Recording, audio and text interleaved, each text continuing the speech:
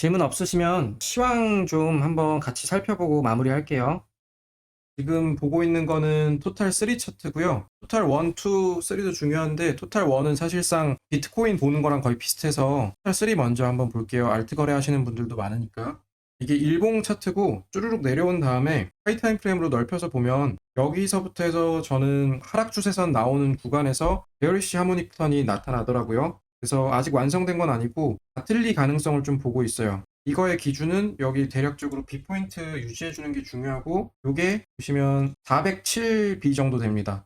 여기 이탈하면 단기적으로는 상승보다는 조정이 나타날 가능성을 좀 보고 있어요. 글렌릴리 올려드린 거에서도 이제 B파동에서 조정이 나타날 가능성이 있는 것처럼 여기서도 이 레벨을 만약에 B포인트를 못 지켜주면 하락이 좀 더 조정이 나타날 가능성을 보고 있는 거고요. 단기적으로 봤을 때는 채널을 두 개를 봤거든요. 그 전까지 계속 올려드렸던 이 녹색 중장기 추세선이라고 채널이라고 볼 수 있겠죠. 여기를 계속 왔다 갔다 했었고 보시면 쭈르륵 올라오다가 여기 이탈했지만 여기 베어리시 오더블록이랑 같이 해서 봤을 때는 충분히 유의미한 채널로 작용을 했고요. 최근에 이제 요 이탈됐던 것들을 좀 잡아보니까 어느 정도 기울기가 완만해진 채널이 나타났어요. 그래서 채널 자체가 두 개가 형성이 돼 있는데 기울기가 완만해진 것 자체도 상승 추세가 조금 약해지고 조정이 나타날 가능성을 보인다라고 해석을 하고 있고, 그래서 지금 보면 여기 어쨌거나 그 전에 중기적으로 본 채널이랑 단기적으로 보고 있는 채널에서 둘 다 채널 밑단이랑 미드레벨 근처에서 저항이 나타난 거고, 오늘 아까 낮이랑 저녁에 간단하게 그냥 한 번씩 차트만 올려드렸었는데 보시면 여기가 더블 바텀 형태처럼 비슷하게 나타난 다음에 이 넥라인을 형성하는 중간에 나타난 고점이 MSB 레벨이 될 수 있다고 생각했고, 여기서 아까 돌파하고 나서 리테스트를 성공하면 오늘 저녁 정도까지는 알트 반등이 더 나타날 수 있다고 생각을 했었고요.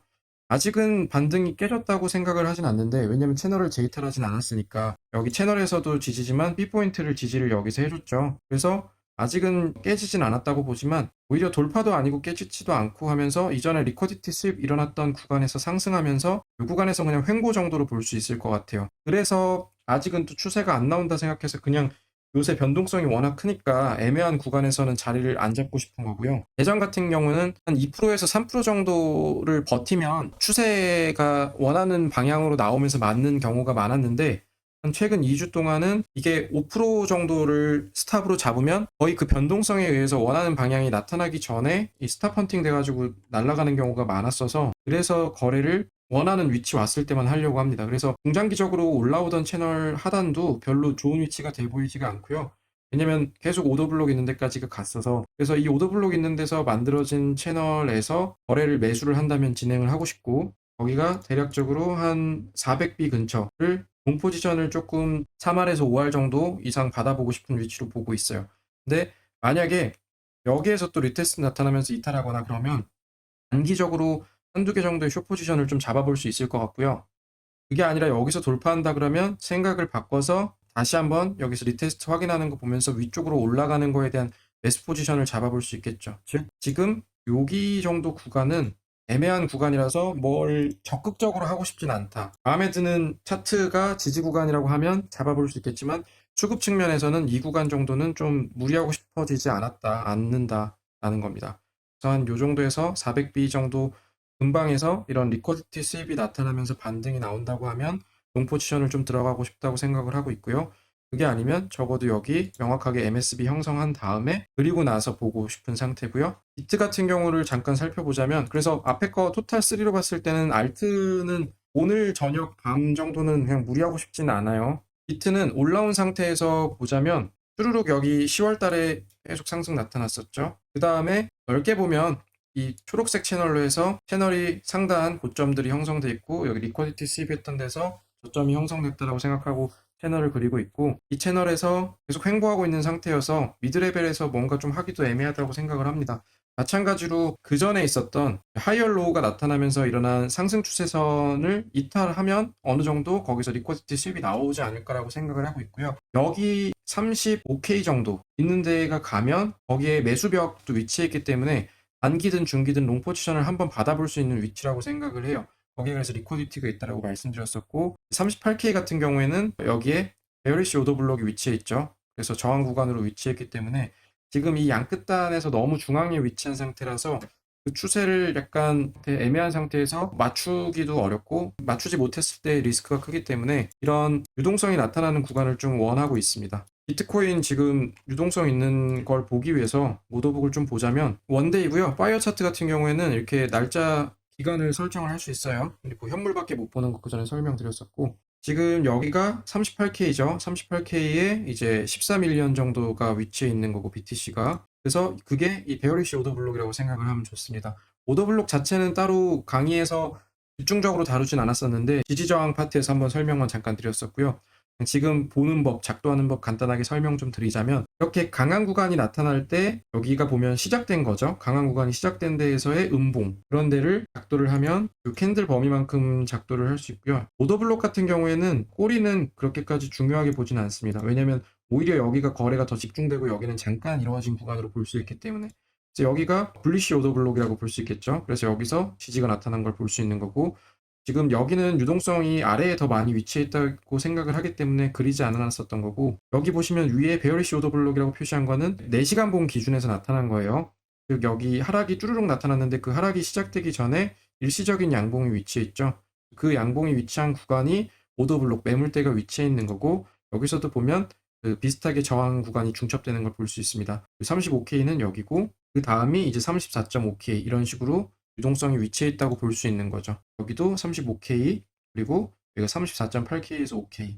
제 생각에는 여기처럼 나타나는데 여기서 일시적으로 34.5K 정도까지 나타나면 이 구간에서 리쿼디티 수입이 나타날 때 손실이 나더라도 쭈르륵 내려가는 장대 음봉으로 밀고 내려가지 않는다 그러면 리쿼디티 수입하고 올라갈 때 뭐 한 3분봉이나 5분봉 정도 보면서 LTF에서 불리시한 MSB 같은 근거들이 나오면 롱 포지션을 잡아보기가 좋겠죠. 그렇게 보고 있고요. 비트코인까지만 좀 볼게요. 1시간 봉 차트인 거고 볼 때 이렇게 애매하게 흘러갈 때는 저는 청산 물량을 좀 많이 먼저 보는 편이에요.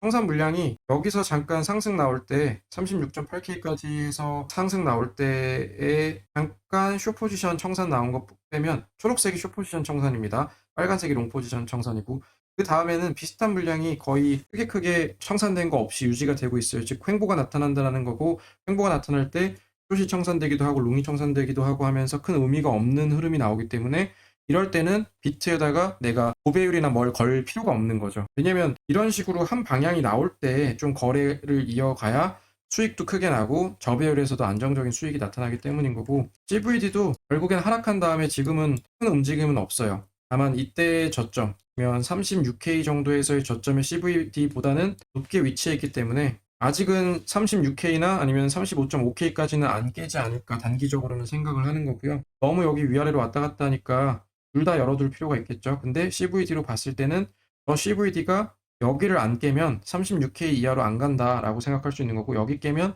여기서 여기나 여기 정도까지 노리는 숏 포지션을 또 생각을 해볼 수가 있겠죠. 단기 거래로서. 비결제 약정도 애매해요. 그냥 올랐다 내렸다 올랐다 하고 어느 정도 중간 정도의 위치만 유지해주고 있기 때문에 추세가 나오길 세력도 그리고 대부분의 사람들도 기다린다 이렇게 생각하면 좋을 것 같습니다. 그래서 그전에는 조금 무리해서라도 알트 포지션을 해볼까 했었는데 연동성이 나올 때 알트 포지션이 너무 애매했어서 지금 한 타이밍 정도 쉬고 계속 추세 분석하면서 매매를 리스크가 제거됐을 때 확 늘리려고 생각하고 있습니다.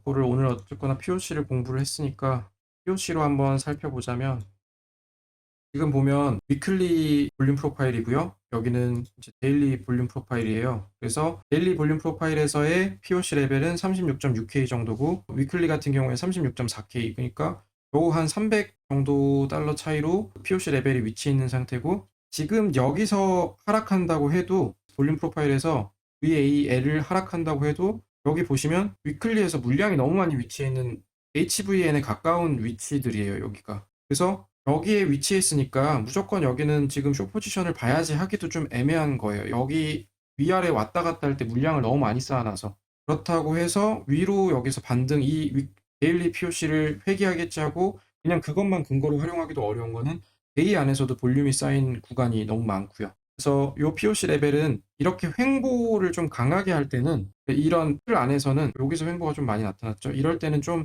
사용하기가 애매한 부분도 있습니다.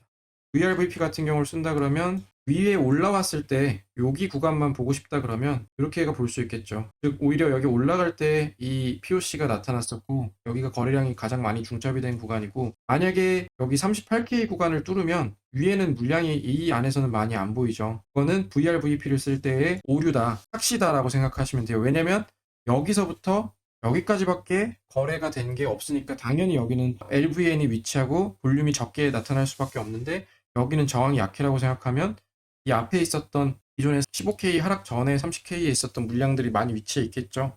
주말 동안에 왜 이렇게 조금 거래를 적게 하지 하실 수 있었을 텐데 몇 번 올려드리긴 했지만 조금 거래하기 좋은 시점이 아니라고 생각해서 거래를 좀 관망을 하고 있었습니다. 최근에 이제 스팟으로 해가지고 낸 게 좀 있었잖아요. 현물 거래 같은 것들로 해서.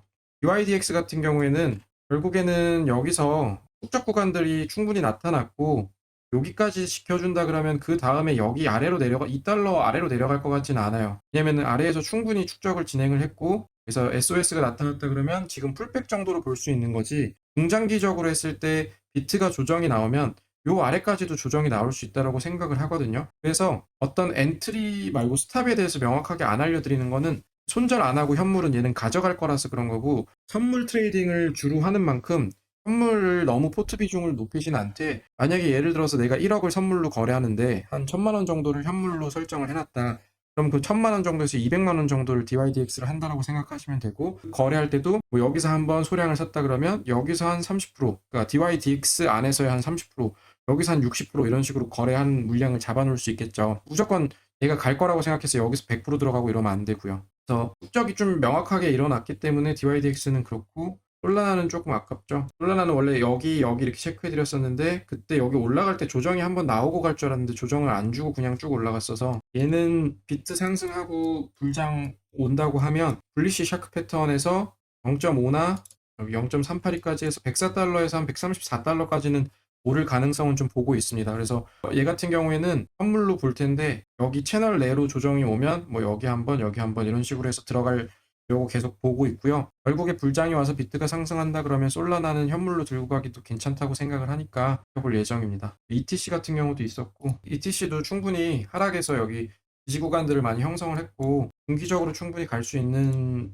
차트 구조라고 보고 있어요. 그래서 얘는 이 단기적으로는 여기에 있는 상승 추세선을 지켜주는 게 중요한데, 이거 하락한다 그러면 여기서 굳이 숏 포지션 노리는 것보다는 하모닉 패턴 완성이라던가 여기 레인지를 보고 0.618에서 이 구간부터 하단으로 해서 좀 레인지 로우까지 모은다고 생각을 하면 좋을 것 같습니다. 그렇게 해서 선물로 얘도 모을 수 있다고 생각하는 거고, 각각의 선물 거래는 별개고요. 그래서 오늘 토탈 3랑 비트코인 가지고 조금 매매를 지켜보는 게 좋은 시점일 것 같다라는 걸 말씀드렸고, 너무나 중앙에 위치해 있기 때문에 양 끝단에 가서 유동성 확보하면서 매매하는 게 좋을 것 같고요. 선물로 보는 것들 어떻게 할 건지 좀 몇 개 살펴봤습니다. 수급 하락이 나오면 이더리움 클래식 같은 경우에는 여기서는 포지션을 조금은 고려를 할 수 있는데, 적어도 큰 하락이 나타나려면 여기 이렇게 상승이 나오는 데서의 좀 큰 오더블럭 있는 데랑 기존에 여기도 좀 겹치죠.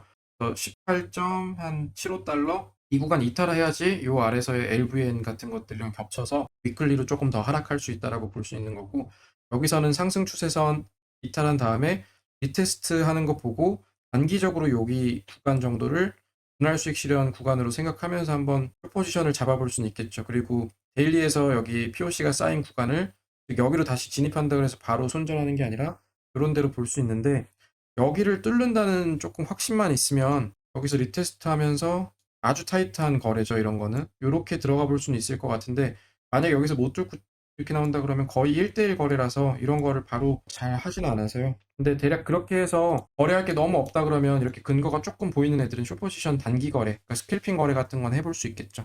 네, 그러면 POC는 곧 편집해서 한 2, 3일 이내로 올려드릴 거고요. POC 중에서 계속 적용할 수 있는 거 있으면 좀 정리를 예쁘게 해서 플랜에다가 올려드리도록 하겠습니다. 고생 많으셨고, 남은 주말 밤은 너무 무리해서 매매하시기보다는 한 오늘이나 내일 정도까지는 지켜보시는 걸 권장드립니다. 수고하셨습니다.